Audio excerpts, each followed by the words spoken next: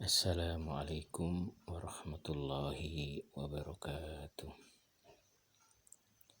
Alhamdulillahi ahad, Allahu somad, lam yalid wa lam yulad wa lam yakul lahu kufuwan ahad. Laqad ja'at rusulu rabbina bil haqq wa nudu an tilkumul jannatu uristumuha bima kuntum ta'malun. Asyhadu an la ilaha illallah wahdahu la syarikalah wa asyhadu anna Muhammadan abduhu wa rasuluh. Allahumma sholli wa sallim wa barik ala Muhammad wa ala alihi wa ashabihi wa man tabi'ahum bi ihsani ila yaumiddin. Amma ba'du. Para jamaah yang dimuliakan oleh Allah Subhanahu wa taala, marilah kita memuji syukur kehadirat Allah Subhanahu wa taala, karena berkat rahmat, nikmat dan hidayah dari Allah Subhanahu wa taala, kita bisa berkumpul di tempat yang mulia ini dengan tanpa suatu halangan apapun yang merintanginya. Tanpa rahmat, nikmat dan hidayah dari Allah Subhanahu wa taala, kita akan sulit untuk berkumpul di tempat yang mulia ini dalam rangka menuntut ilmu agama, dalam rangka bertaqarrub kepada Allah Subhanahu wa taala. Sholawat serta salam mudah-mudahan tetap tercurah kepada junjungan Nabi besar kita Muhammad sallallahu alaihi wasallam. Berkat bimbingan dan suri tauladan dari beliau, kita bisa mengetahui mana yang halal dan mana yang haram. Tanpa bimbingan dan suri tauladan dari beliau, kita tidak akan pernah mengenal Islam.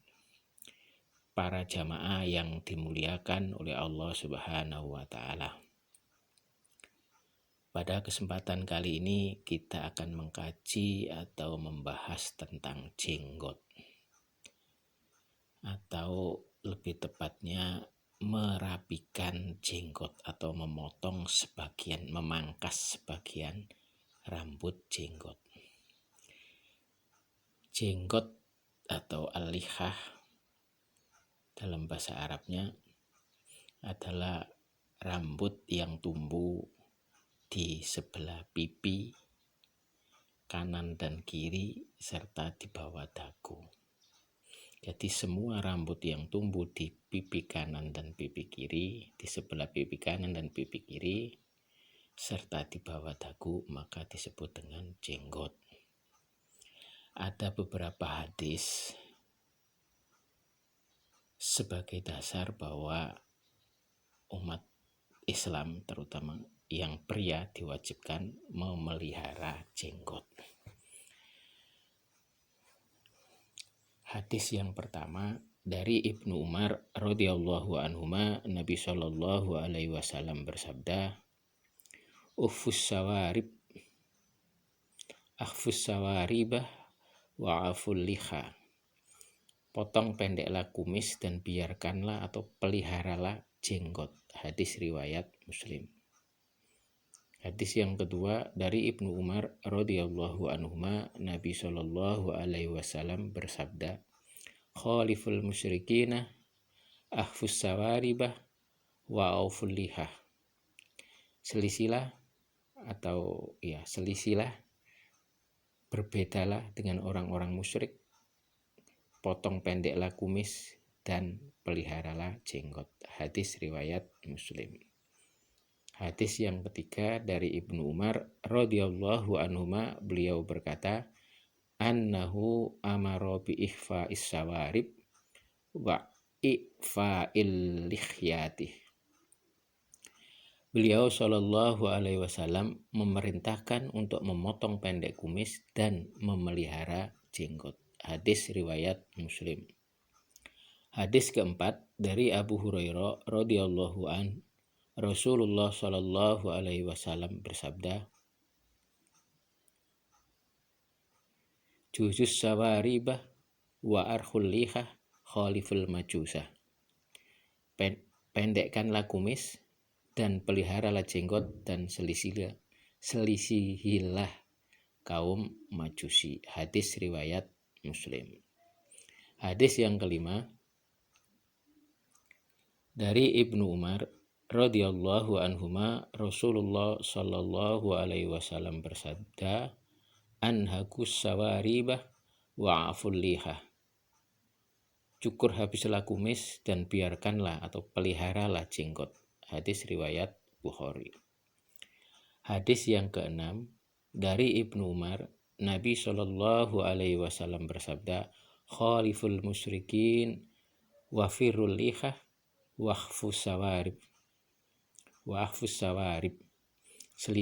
Selisihilah orang-orang musyrik, biarkanlah atau peliharalah jenggot dan pendekkanlah kumis. Hadis riwayat Bukhari. Para jamaah yang dimuliakan oleh Allah Subhanahu wa taala, ulama besar Syafi'iyah yaitu Imam Nawawi rahimahullah mengatakan kesimpulannya ada 5 riwayat yang menggunakan lafadz a'fu wa aufu wa arhu wa arju wa firru. Semua lafaz tersebut bermakna membiarkan atau memelihara jenggot tersebut sebagaimana adanya. Lihat Syarh An-Nawawi A'lam Muslim dan Mauhi Al-Islam Maktabah Syamilah. Di samping hadis-hadis yang menggunakan kata perintah di atas, memelihara jenggot juga merupakan sunnah fitrah.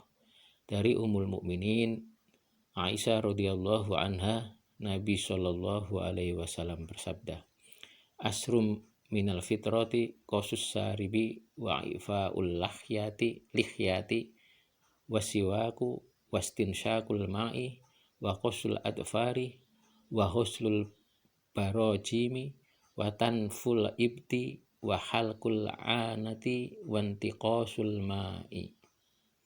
Ada 10 macam fitrah, yaitu memendekkan kumis, memelihara jenggot, bersiwak, istinsyak atau menghirup air ke dalam hidung, memotong kuku, membasuh persendian, mencabut bulu ketiak, mencukur bulu kemaluan, istinja atau cebok dengan air. Hadis riwayat Muslim. Jika seseorang mencukur jenggot, berarti dia telah keluar dari fitrah yang telah Allah fitrahkan bagi manusia. Allah Subhanahu wa taala berfirman, fa'akim wajhaka lid-dini hanifa fitratallah allati fataran nasa 'alaiha la tabdila li khalqillah dzalika dinul qayyim walakin aktsarun nasi la ya'lamun. Maka hadapkanlah wajahmu dengan lurus kepada agama Allah, fitrah Allah yang telah menciptakan manusia menurut fitrah itu. Tidak ada penggantian pada fitrah Allah. Itulah agama yang lurus, tetapi kebanyakan manusia tidak mengetahui. Quran Surat Ar-Rum ayat 30. Selain dalil-dalil di atas, Nabi Shallallahu alaihi wasallam juga sangat tidak suka melihat orang yang jenggotnya dalam keadaan tercukur. Ketika Kisroh atau penguasa Persia mengutus 2 orang untuk menemui Nabi Shallallahu alaihi wasallam, mereka menemui beliau dalam keadaan jenggot yang tercukur dan kumis yang lebat. Lalu Rasulullah Shallallahu alaihi wasallam tidak suka melihat keduanya. Maka beliau bertanya, celaka kalian, siapa yang memerintahkan kalian seperti ini? Keduanya menjawab, Tuan kami, yaitu Kisra memerintahkan. Tuan kami yaitu Kisra memerintahkan kami seperti ini. Kemudian Rasulullah Shallallahu alaihi wasallam bersabda, akan tetapi Robku memerintahkan untuk memelihara jenggotku dan menggunting kumisku. Hadis riwayat Tabrani. Para jamaah yang dimuliakan oleh Allah Subhanahu wa taala, dalam hadis-hadis di atas menunjukkan bahwa memelihara jenggot adalah suatu perintah. Memangkasnya dicela oleh Nabi Shallallahu alaihi wasallam. Berdasarkan hadis-hadis di atas, memelihara jenggot tidak selalu Nabi kaitkan dengan menyelisihi orang kafir. Hanya dalam beberapa hadis, namun tidak semua. Nabi kaitkan dengan menyelisihi orang-orang musyrikin dan orang-orang majusi.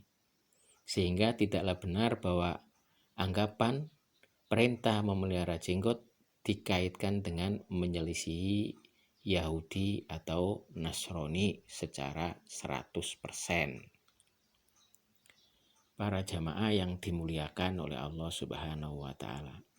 Selain itu, perintah Nabi Shallallahu Alaihi Wasallam ini banyak mengandung unsur pendidikan bagi kaum muslimin agar mereka mempunyai kepribadian tersendiri, baik lahir maupun batin, dari kaum yang lain seperti kaum kafir musyrik. Perbedaan secara lahir akan mewakili identitas suatu kaum, di mana dalam hal ini jenggot menjadi identitas atau ciri khas kaum muslimin. Apabila banyak riwayat seputar hal ini dimasukkan oleh para ulama hadis dalam bab tersendiri, yaitu bab fitrah yang dimiliki oleh manusia, berarti mencukur sama halnya dengan menentang fitrah dan menyerupai perempuan. Seperti yang ditekankan di atas bahwa jenggot menandakan kesempurnaan lelaki dan membedakannya dari jenis yang lain. Namun bukan berarti kita tidak boleh untuk mencukur dan merapikan rambut jenggot apabila sudah terurai panjang, terlihat tidak indah dan rapi, dan bahkan bisa menakutkan atau menjijikkan siapa yang melihatnya. Oleh sebab itu, jenggot yang demikian dibolehkan untuk dicukur atau dirapikan. Sebuah riwayat dari Imam At-Tirmidzi yang ia nilai gharib, di mana Nabi Shallallahu Alaihi Wasallam pernah memangkas bagian jenggotnya hingga terlihat rata dan rapi. Akhbarona Umar bin Harun an Usama bin Zaid an Amr bin Shu'aib an abihi an jaddihi anna nabiyya kana ya'khudhu min lihyatihi min ardiha wa tuliha. Rawahu At-Tirmidzi. Telah mengkabarkan pada kami Umar bin Harun dari Usama bin Zaid, dari Amr bin Shu'aib, dari ayahnya, dari kakeknya, bahwasanya Nabi Shallallahu Alaihi Wasallam memangkas sebagian jenggotnya hingga panjangnya sama. Menanggapi masalah ini, para ulama baik mutakhodimin, yaitu ulama-ulama terdahulu, maupun mutaakhirin, ulama yang belakangan, banyak yang berbeda pendapat atau khilaf terhadap masalah memotong sebagian rambut jenggot. Ulama kalangan Hanafi dan Hambali dengan tegas mengatakan bahwa haram hukumnya seseorang memotong jenggotnya hingga habis, bahkan ia dituntut membayar diat atau tebusan. Sedangkan ulama Syafi'i dan Maliki mengatakan bahwa hukumnya sebatas makruh saja. Imam Nawawi yang mewakili mazhab Syafi'i mengatakan mencukur, memotong, dan membakar jenggot adalah makruh. Sedangkan memangkas kelebihan dan merapikannya adalah perbuatan yang baik. Membiarkannya panjang selama 1 bulan adalah makruh, seperti makruhnya memotong dan mengguntingnya. Termaktub dalam kitab Syarah Sahih Muslim vol 3 halaman 151. Selanjutnya, para ulama juga masih berselisih pendapat mengenai ukuran panjang jenggot yang harus dipotong. Meski terdapat sebuah riwayat yang menceritakan bahwa Abu Hurairah dan Abdullah bin Umar biasa memangkas jenggot bila panjangnya sudah melebihi 1 genggaman tangan.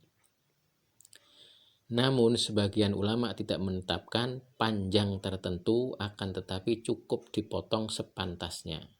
Hasan al-Basri, seorang tabi'in, biasa memangkas dan mencukur jenggotnya hingga terlihat pantas dan rapi.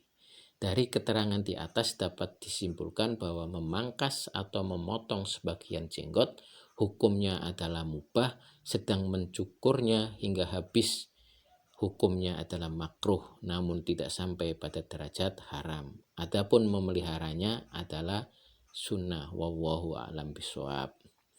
Sebagai catatan, Namun apakah kumis, karena tadi sudah terlanjur ada beberapa hadis yang mengkaitkan ketika ada perintah untuk memelihara jenggot, ada kaitannya dengan untuk memotong kumis atau mencukur kumis, maka di sini ada satu catatan.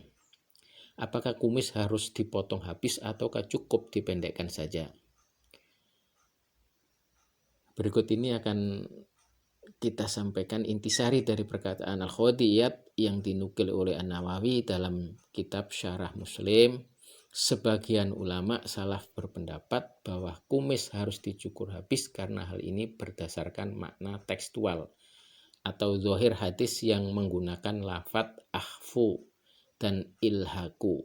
Inilah pendapat ulama-ulama Kufah. Ulama lainnya melarang untuk mencukur habis kumis. Ulama-ulama yang berpendapat demikian menganggap bahwa lafadz ikhfa, jazu, dan khosu adalah bermakna sama, yaitu memotong kumis tersebut hingga nampak ujung bibir. Sebagian ulama lainnya memilih antara dua cara ini, boleh yang pertama, boleh juga yang kedua. Pendapat yang dipilih oleh An-Nawawi dan insya Allah inilah pendapat yang kuat dan lebih hati-hati adalah memendekkan kumis hingga nampak ujung bibir. Wallahu a'lam bishawab. Demikian yang bisa saya sampaikan, mudah-mudahan bermanfaat. Billahi taufiq wal hidayah. Summa salam. Wassalamualaikum warahmatullahi wabarakatuh.